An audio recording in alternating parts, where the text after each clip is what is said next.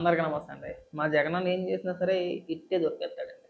ఇవాళ కూడా సేమ్ డీఎస్సీకి సంబంధించి రాష్ట్ర వ్యాప్తంగా నిరసన కార్యక్రమాలకి పిలుపునిచ్చారు. అయితే మరి ఆ నిరసన కార్యక్రమాలకి జనం కావాలి కదా!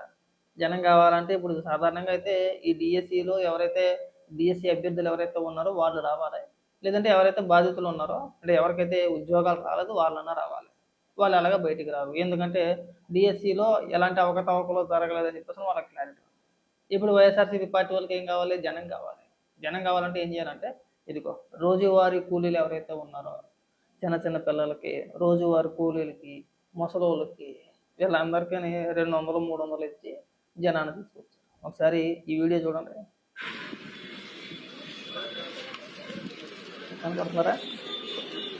వీళ్ళంతా ఒరిస్సాకి సంబంధించిన వ్యక్తులు. ఎందుకంటే వాళ్ళ కట్టుబాట్లు చూస్తా ఉంటే మనకు అర్థమైపోతుంది కదా!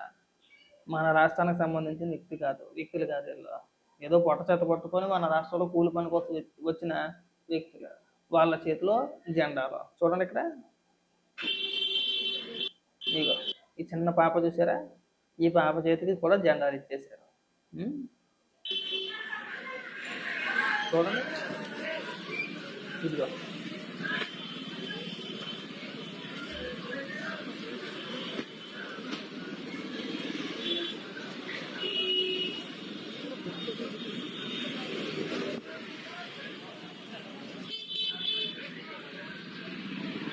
జగన్మోహన్ రెడ్డి వాళ్ళు డిఎస్సీ అభ్యర్థులే. వీళ్ళు వీళ్ళతోన నిరసన కార్యక్రమాలు చేసేది. వాళ్ళకి కనీసం డిఎస్సి అంటే ఏంటో కూడా అర్థం తెలియదు. ఒకవేళ గబుక్కుని వెళ్ళి వాళ్ళతో డిఎస్సి అన్నామనుకో, వాళ్ళు అదేదో కొత్త రకం సిమెంట్ బస్తా అనుకుంటారు. ఎందుకు ఈ చేతకాని రాజకీయాలని అడుగుతున్నాం మేము. మనకి ఏదైనా ఆధారాలు ఉంటే మాట్లాడాలి. ఆధారాలు లేకపోతే మాట్లాడకూడదు. ఏదో వేగ్గా ఒక మాట మాట్లాడేసి డిఎస్సిలో అవకతవకలు జరిగినాయి అని చెప్పేసి అని ఇప్పుడు దాన్ని నిరూపించుకోవడానికి నానా సంకలం లాగుతున్నారు. ఒక పక్కనేమో ఈ డిఎస్సీలు ఎవరైతే ఉద్యోగాలు ఎవరైతే వచ్చినాయో ఈ 16,000 మంది ఉపాధ్యాయులు ఎవరైతే ఉన్నారో వాళ్ళు ఆల్రెడీ నిన్న ఆత్మగౌరవ సభ అని చెప్పేసి ఒకటి పెట్టి మిమ్మల్ని ఏకిపడేశారు. అయినా సరే మీకు బుద్ధి రారా? ఇలా 200కి 300కి జనాన్ని తీసుకొచ్చి నిరసన కార్యక్రమాలు ఏంటంటే మాకు తెలియక అడుగుతున్నాను. అనిపించాలి కదా! అసలు నిజంగా డిఎస్సిలో అవకతవకలు జరిగితే ఎవరు మాట్లాడాలి?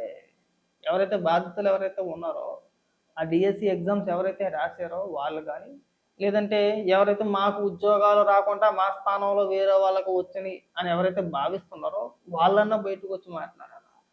వాళ్ళు రారు, వీళ్ళు రారు. ఇక్కడ మీ హడావుడి మాత్రం మామూలుగా లేదు. ఎందుకు అంటే గత 5 ఏళ్ల కాలం పాటు మీరు డిఎస్సి అనేది నిర్వహించలేదు. ఒక్క టీచర్ పోస్ట్ భర్తీ చేయాలి. ప్రభుత్వం వచ్చిన 2 ఏళ్లలో ఆల్రెడీ డిఎస్సి నిర్వహించారు. 16,000 మందికి ఉపాధి కల్పించారు. ఉద్యోగాలు వచ్చినాయి. సో నిరుద్యోగ యువతలో ప్రభుత్వం పైన ఒక పాజిటివ్ ఒపీనియన్ వచ్చుద్ది.